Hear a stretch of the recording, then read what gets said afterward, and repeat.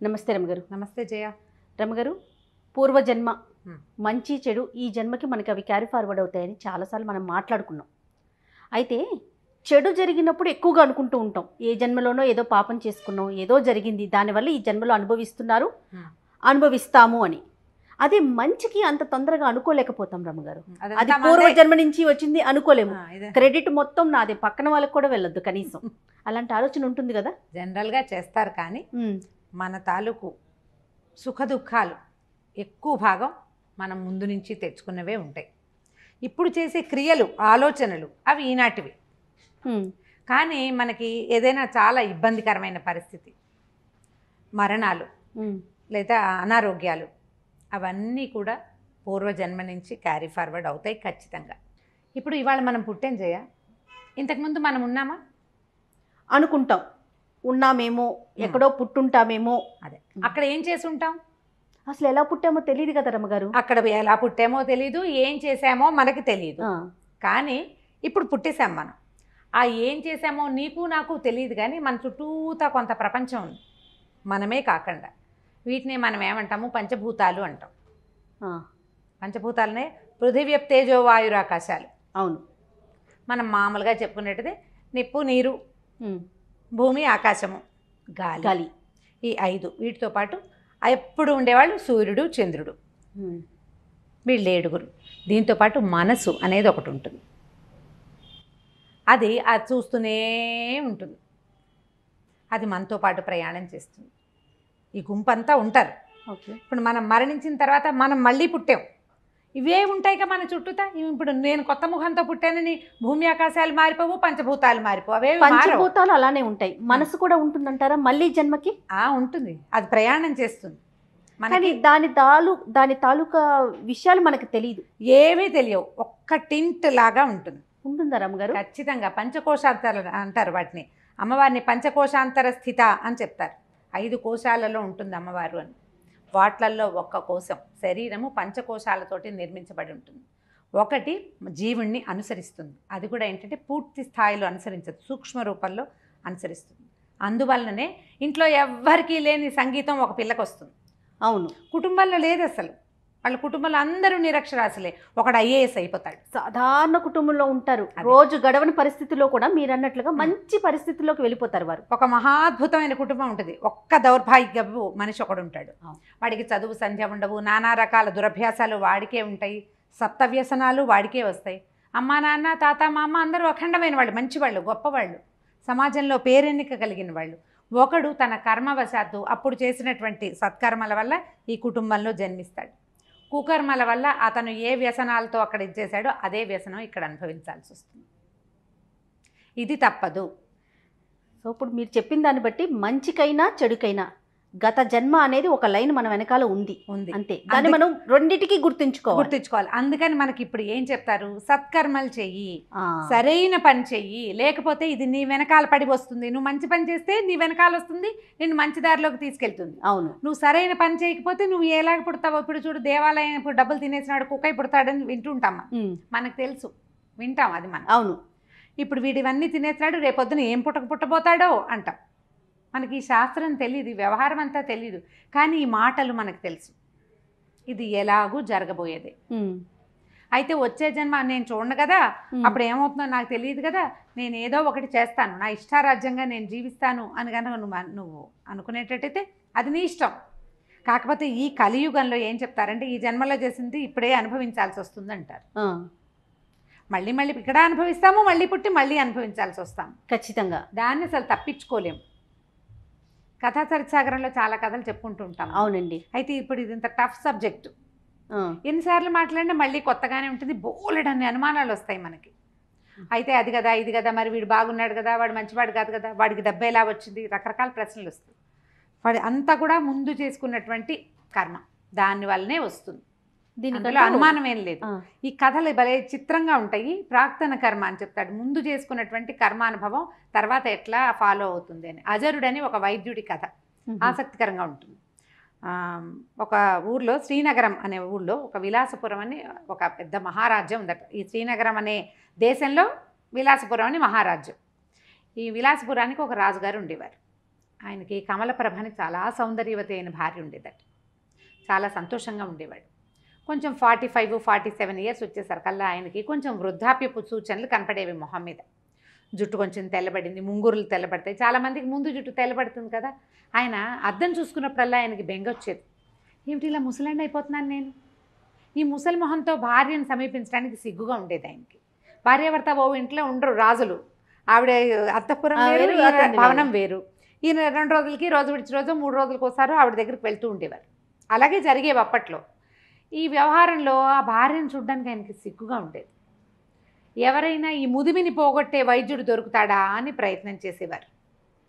ప్రయత్నం చేసే మంత్రులంతా, ముదిమి వయసుతోటి వస్తుంది, ఇవాళ మీరు పెద్దవాళ్ళైతే మీకంటే 10 ఏళ్ళు చిన్నదైన రాణిగారు ముసిలిది అవ్వదు, ఆవిడే అవుతుంది సహజంగానే. అయినా కూడా ఈయనకి కొంచెం దిగులుగా ఉండేది, ఎప్పుడు అద్దం చూసుకుంటూ ఉండేవాడు. అయితే ఏమైందంటే రాజుగారికి ఇలాంటి ఉద్దేశాలు ఉన్నాయని తెలుసుకుని అజరుడు అనేటువంటి ఒక డాక్టర్, ఒక వైద్యుడు, భిషగ్వరుడు అని రాస్తారు, ఆయన ఏమన్నాడంటే మీ ముదివిని పోగొట్టేస్తాను నేను అన్నాడు. అనేసరికల్లా ఆయన చాలా ఉత్సాహం వచ్చింది. ఏం చేయమంటావు చెప్పు, ఏం కావాలి, దీనికి పులిపాలు కావాలా, సింహం పాలు కావాలా, ఏనుగు దంతం కావాలా అన్నీ అడిగాడు. ఆయన అన్నాడు ఏం అక్కర్లేదు, మీరు ఒక 6 నెలలు భూగృహంలో ఉండాలి ఏకాంతంగా, నేను ఒక్కడే చూస్తాను మిమ్మల్ని, నేనే మీకు వైద్యం చేస్తానన్నాడు. అవన్నీ ఎక్కడ కుదురుతాయి అలా రాజు ఒప్పుకున్నాడు, ఎగిరి గంతేసి ఒప్పుకున్నాడు. మంత్రులంతా అన్నారు ఎందుకు వచ్చిందండి, అది చాలా కష్టము, పైగా ఈ 6 నెలలు ఏకాంతంగా ఉంటే వాడు ఏం చేస్తాడో మాకు నమ్మకం లేదంటే ఆయన ఒప్పుకోలే. భార్యకి చెప్పాడు, సైన్యాధిపతులకి, వారికి వీరికి అందరికీ చెప్పాడు, నేను యవ్వనవంతుడినై తిరిగి వస్తాను, 6 నెలల పాటు రాజ్యాన్ని బాగా చూడండి అన్నాడు. ఈ అజరుడు ఏం చేశాడు, ఈయనకి ఒక పెద్ద పాతాళ గృహం నిర్మింపజేశాడు, తన దగ్గరే ఉన్నాడు. ఈ పెద్ద రాజభవనం కింద అడుగున సెల్లార్ లాంటిది లోపలికి నిర్మించి రాజుగారు ఒక్కడే ఉంటాడు. ఒక్క సేవకుడితోటి మంచి ఈయన వస్తాడనమాట, రాజవైద్యుడు ఒక సేవకుడు తీసుకుని రోజు వచ్చి ఆయనకి ఏవో మందులు రాసి మొహానికి పూసి ఫేస్ ప్యాక్లు అవి వేసి చేస్తాడు. ఆయన ఒక్కడే వస్తున్నాడు. 2 నెలలు గడిచినాయి. రాజుగారు అద్దం చూసుకుని ఇంకా ముసలి మొహం పడి, ఇప్పుడు ఏమైంది ఆయనకి, ఏకాంతము, ఒంటరిగా ఉండటము, రాజ్యం ఏమైపోతుందో అని దిగులు, తొందరగా యంగ్నెస్ వస్తుందో రాదో అన్న బెంగ, వీటితో పాటు రోజు రోజుకి పెరిగే వయసు ఒక పెరుగుతుందిగా, 2 నెలలు పెరిగితే 2 నెలలు పెరిగినట్టే. ఈయన ఇంకా తగ్గట్లేదు, ఇంకా ఇదైపోతున్నాను అదైపోతున్నాను అంటే ఏమీ లేదు, త్వరలో వస్తుంది, అలా వస్తుంది, ఇలా వస్తుంది అని చెప్పేవాడు. ఈ 2 నెలల్లో ఈ అజరుడు ఏం చేశాడంటే, రాజుగారంతా ఎత్తు పొడుగు ఉండి కాస్త అటు ఇటుగా మొహకవళికలు రాజుగారిలాగా ఉన్నవాడి కోసం వేటాడాడు రాజ్యం అంతా. 3 నెలలు తిరిగేసరికి ఒకడు దొరికాడు. రాజంతే ఎత్తు పొడుగు, అంతే మనిషి, అంతే లావు, తర్వాత మొహం అది దాదాపుగా అలాగే ఉంది షేపు. రాజుకి 48-49 సంవత్సరాలు వచ్చినాయి, వీడు ఒక 25 ఏళ్ళవాడు, బిగువుగా ఉంటుంది స్కిన్ అది కదా. సరే ఏం చేశాడు, 3 నెలలు తిరగగానే రాజుగారిని సంహరించి సముద్రంలోకి తోసేశాడు. ఆ ప్లేస్లోకి తను ఏ కుర్రవాడిని అయితే రాజు లాగా ఉన్నవాడిని పట్టుకున్నాడో వాడిని ప్రవేశపెట్టాడు. వాడికి ఏం చెప్పాడంటే, నువ్వు రాజు అవుతావు, హాయిగా మహారాణి కమలప్రభతోటి జీవితాన్ని గడుపుతావు, ఈ రాజ్యమంతా నీది, నేను చెప్పినట్టు చెయ్యి చాలు అని చెప్పి అతన్ని లోపల ఉంచి రోజు ఒక మంత్రిని, ఒక సైన్యాధిపతిని, ఒక్కొక్కరిని, రాజుగారిలో మార్పు వచ్చింది, ఆయన కుర్రవాడిగా తయారయ్యాడు రండి అని తీసుకొచ్చేవాడు. మెల్లిగా ఈ మంత్రులు వాళ్ళ ఆనుపానులు, వాళ్ళ వ్యవహారాలు, మధ్యలో మహారాణి కమలప్రభ ఆవిడ తాలూకు చెలికత్తెలు ఒక్కొక్కళ్ళు అలవాటయ్యారు. రాజుగారిని ముట్టుకోకూడదు, బాగా వెళ్తురున్న చోట కూర్చోబెడితే ఆయనకి మొహం పాడవుతుంది, అలాంటివి చెప్పి వాళ్ళు డైరెక్ట్గా ఆయన్ని చూడనివ్వకుండా చేసాడు. 3 నెలలు గడిచేసరికల్లా ఈ జనం అందరికీ ఈ కొత్త రాజుగారు యంగ్గా అయిపోయిన, ఇప్పుడు మనమే ఒక 15 సంవత్సరాల తర్వాత, ఇప్పుడు ఉన్న మొహం 15 ఏళ్ల తర్వాత నా మొహాన్ని నేను చూసుకుంటే మనం గుర్తుపట్టలేము, గుర్తుపట్టలేకపోతాం. ఎందుకంటే చెంపలు అవి టైట్గా ఉంటాయి. 20 ఏళ్ళు 25 ఏళ్ల వయసు వేరు, 50 వచ్చేసరికల్లా డిఫరెన్స్ వచ్చేస్తుంది. ఆ ఫోటో ఈ ఫోటో దగ్గర పెట్టుకుంటే పోలిక ఒకలా ఉంటుంది, కానీ షేప్స్ మారిపోతాయి. ఎవరో అట్లా అలాగే ఉండేవాళ్ళు. ఎవరో అమృతం తాగిన వాళ్ళు ఎవరుంటారు, ఎంతో కొంత మార్పులు వచ్చేస్తాయి కదా. హెయిర్ లైన్ దగ్గర నుంచి మారిపోతుంది, జుట్టు ఊడిపోతుంది, పెరిగిపోతుంది, పక్కెళ్ళిపోతుంది, పాపిడి పెద్దదైపోతుంది. చాలా రమ్మగారు మనకి కిందటి సంవత్సరం చేసిన వీడియోలు ఇప్పుడు ఒకసారి చూడండి, ఎంత మార్పు కనిపించేస్తుందో. సహజం కదా, సహజం కదా అది. అంతే. సరే ఏమైంది, 6 నెలలు తిరిగిపోయినాయి, కొత్త రాజుగారిని ప్రవేశపెట్టాడు. ఈయన ఈ లోపల రాజుగారి లాగా నడవటం, నుంచోటం, మాట్లాడటం అన్నీ నేర్చుకున్నాడు అబ్బాయి. మంచి చురుకైన వాడు. తర్వాత చక్కగా రాజ్యాన్ని ఏలటం మొదలుపెట్టాడు. రాణి కమలప్రభతోటి హాయిగా ఉన్నాడు. ఆవిడ గుర్తుపట్ల తెలుసుకోలేకపోయింది. ఆయన 25 ఏళ్ల వయసులో ఆయన ఎలా ఉన్నాడో ఆయన ఉత్సాహవంతుడిగా ఉండటం తెలుసు. 25 ఏళ్ల కుర్రాడికి న్యాచురల్లీ ఉంటుంది. ప్రత్యేకమైనవి ఏమీ లేవు, పాత అలవాట్లన్నీ మార్చుకున్నానని ముందే చెప్పుకున్నాడు. దాంతో అన్నీ మారిపోయినాయి. కొన్ని తినచ్చు, కొన్ని తినకూడనివి. రాజుగారికి స్వీట్ అంటే ఇష్టం, స్వీట్లు తినకూడదన్నాడు ఈయన. అబ్బాయి తిండు, ఇతను కారమే తింటాడు, స్వీట్లు తినకూడదు కాబట్టి అవి మానేశాడు. అట్లా అడ్జస్ట్ చేసేసుకున్నారు. రోజులు గడిచినాయి. ఇతను ఏం చేశాడు, తన పాత స్నేహితులు ఇద్దరిని పిలుచుకొచ్చాడు. ఆ ఇద్దరు స్నేహితులకి చక్కగా 2 గ్రామాలు 4-5 గ్రామాలు అవి ఇచ్చి వాళ్ళని కూడా తనతో సమానంగా చేసి వాళ్ళని తన పక్కన పెట్టుకున్నాడు. ఈ అజరుణ్ణి మాత్రం వీడు మోసగాడు. చూడండి, రాజుని చంపి తనని ప్రవేశపెట్టాడు. ఆయనతో క్లోజ్గా ఉండేవాడు కాదు, కొంచెం పక్కకు పెట్టేవాడు. తెలివిగలవాడు. సరే, కొద్ది రోజులు గడిచేసరికల్లా అజరుడి కొళ్ళు మండిపోయింది. వీడేమిటి, నేను నిలబెట్టిన బొమ్మ వీడు వేషాలు వేస్తున్నాడని ఒకరోజు నిలదీశాడు. ఏంటి నువ్వు వేషాలు వేస్తున్నావు అన్నాడు. అనేసరికల్లా ఈయనేమన్నాడు, నువ్వు ఇచ్చిన జీవితమే ఇది, నిజం అయినంత మాత్రాన ఏది ఇప్పుడు నువ్వు బయట పెట్టవు. నిన్ను నాతో ఉంచుకొని నిన్ను బతికి ఉండనిచ్చాను, నువ్వు సంతోషించు, దానికి నీకు అవసరమైంది ఇస్తాను, అంతేగాని నా రాజుకి నీ చేతిలో కీలుబొమ్మగా చేసుకోవాలని చూడకు. నేను ఇవాళ ఇక్కడ ఉండటానికి నువ్వు ఉపయోగపడ్డావు అంతే, నువ్వు కాకపోతే ఇంకోటి తెచ్చేవాడు నన్ను ఇక్కడికి అనేసరికి అజరుడు ఒళ్ళు మండిపోయింది. కానీ బయట పెట్టే మార్గం తనకి లేదు. తన జీవితం వాడిని పాడు చేస్తే తను మొత్తానికి నాశనం అయిపోతుంది, అంతే కదా. అందుకని అక్కడక్కడే తిరుగుతూ ఉండేవాడు. ఒకనాడు ఈ రాజు, అతని తాలూకు 2 స్నేహితులు, 2-3 మంత్రులు ఈ అజరుణ్ణి కూడా తీసుకుని ఒక చోట షికారుకి వెళ్ళారు. అట్లా నడిచిపోతుంటే పైనుంచి నీళ్ళు వస్తున్న ఒక చెరువులో, పైకి ఎక్కడి నుంచో ఆ చెరువులోకి నీళ్ళు వస్తాయి, బంగారు కమలాలు కొట్టుకొచ్చినాయి. అందరు కేరింతలు కొట్టారు. అయ్యో అయ్యో ఏదో పువ్వులు వస్తున్నాయి, చుట్టూ బంగారంగా ఉన్నాయని. ఈయన నీటిలోకి దూకి పువ్వులు చేత్తో పుచ్చుకున్నాడు. సంతోషించి అజరుణ్ణి అన్నాడు, అజరా నువ్వు ఈ పువ్వులు ఎక్కడి నుంచి పుట్టుకొస్తున్నాయో అక్కడ చూసిరా అని పంపించాడు. మిగిలిన వాళ్ళంతా అజరుడిని తన మీద ఆపేక్షతో పంపించాడని భావించారు. అజరుడు తను ఏదైనా సంహరించడానికి పంపాడేమోనని భావించాడు. ఇక మరి రాజాజ్ఞ, ఒక ఒంటరిగా ఉన్నప్పుడు నువ్వు చెప్తే నేను చేసేది ఏమిటి అన్ను, ఇక్కడ ఇంతమంది ఉన్నారు కదా, ఏం అనలేకపోయాడు. అజరుడు నడవటం మొదలుపెట్టాడు. అతను దూరంగా వెళ్ళటం చూసి వీళ్ళంతా రాజకోటలోకి వెళ్ళిపోయారు. ఈ నడిచి ముందుకు వెళ్ళిన అజరుడు చాలా దూరం వెళ్ళాక ఒక పెద్ద మర్రి చెట్టు కొసన వేళ్లాడుతున్న ఒక మానవ కంకాళం కనపడింది అతనికి. తను అక్కడికి వెళ్ళాక చిన్న మబ్బు బట్టి వాన పడింది. వాన చినుకులు కొన్ని ఈ కంకాళం మీద పడుతున్నాయి. కంకాళం మీద పడినటువంటి వాన చినుకు నీటిలో పడంగానే బంగారు పుష్పం అయిపోతాం. అబ్బా, ఆ పుష్పమే పైనుంచి కొట్టుకొచ్చి ఈ చెరువులోకి వస్తాం. నేను ఆశ్చర్యపోయాడు. ఏమిటి వీడికి, ఎవడిది మానవ కంకాళం, మనిషి కనపడుతున్నాడు, డెడ్ బాడీ, అస్థిపంజరం లాంటి కంకాళం, అస్థిపంజరం, మానవుని అస్థిపంజరం మనకు తెలుస్తుంది కదా, దాని తల అన్నీ కనపడుతున్నాయి. ఏమిటి విషయం, ఎలా సాధ్యం అని చెప్పి ఏం చేశాడు, ఏమనుకున్నాడు, చూద్దాం ఏమవుతుందోనని ఆ చెట్టెక్కి ఆ కంకాళాన్ని నీటిలోకి తోసేసి దిగి నడుచుకుంటూ వెళ్ళిపోయాడు. మళ్ళీ వెనక్కి వచ్చాడు రాజుగారి దగ్గరికి. ఆయన అడిగాడు, రాజు అజరా కంకాళం కనపడిందా? కనపడింది అన్నాడు. చాలా చిత్రమైన చోటు కాదు అది అన్నాడు. చాలా చిత్రంగా ఉంది, ఏమిటో ఆ ఆశ్చర్యానికి కారణం తెలియదు. నేను కంకాళం పడేస్తే ఏదైనా జరుగుతుందేమో అనుకున్నా, కానీ ఏమీ జరగలేదు. ముందు మాత్రం నేను చూశాను, దాని మీద నుంచి పడినటువంటి నీటి బిందువులన్నీ బంగారు పువ్వులు అయిపోయినాయి.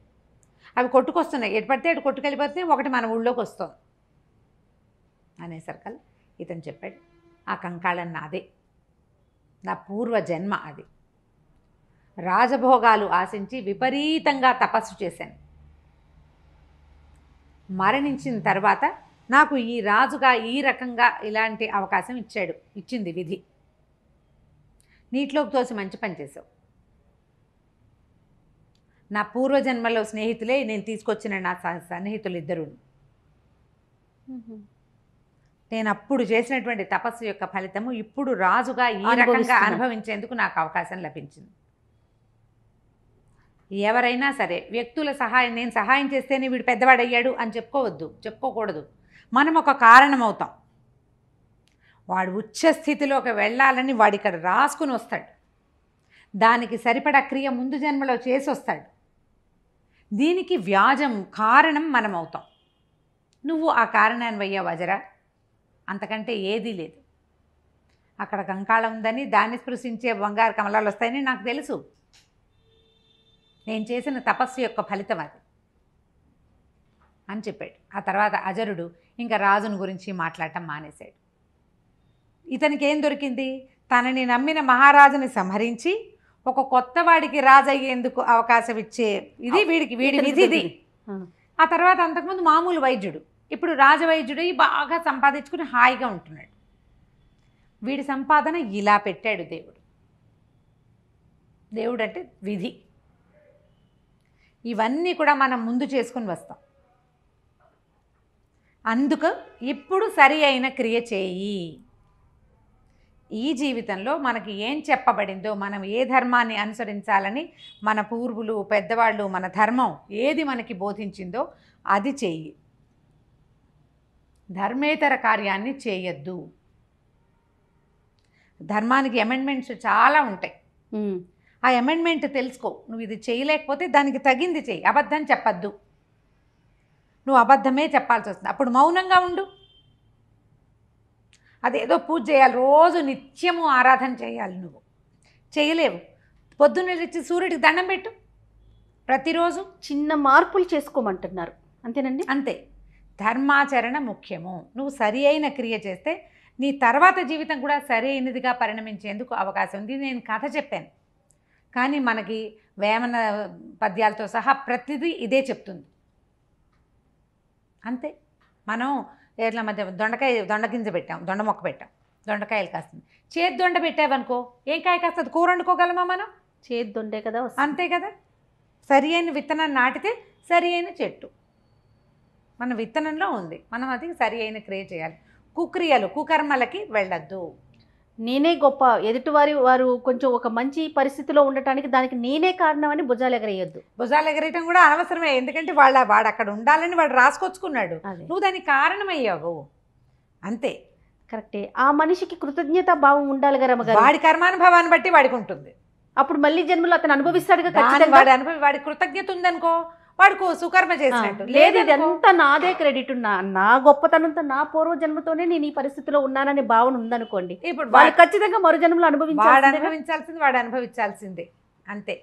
మన ఆలోచనలు, మన విధానాలు మన తాలూకు భవిష్యత్తుని, మరు జన్మని నిర్దేశిస్తాయి. వాటిని సెటిల్ చేసేవి ఇవే. బహుశా ఇలాంటివి ఉండబట్టే ఈ జన్మలో సక్రమంగా ఉండటానికి ప్రయత్నం అన్నా చెయ్యి అని చెప్తారు. అంతే కదా. అంతే. ఇప్పుడు సరిగ్గా ఉంటే కృతజ్ఞతగా ఉండు, భక్తిగా ఉండు, ధర్మపరత్వంగా ఉండు, సాధ్యమైనంత. సహాయం చేయలేకపోతే పోనీ బానే, కనీసం అపాయం అవతల వాడికి ఇబ్బంది పెట్టకు, అదైనా చెయ్యి. ఇబ్బంది అయినా పెట్టకుండా ఉండాలి. అందుకని ఈ కథలు చెప్పుకుంటాం మనం. ఖచ్చితంగా అండి, ఖచ్చితంగా ప్రతి ఒక్కరికి తెలియాల్సిన కథలు ఇలాంటివన్నీ కూడా. అంటే మన జీవితానికి సంబంధించిన విషయాలు కదా రమ్మ గారు. అద్భుతం, చాలా బాగుందండి. నమస్తే రమ్మ గారు. నమస్తే.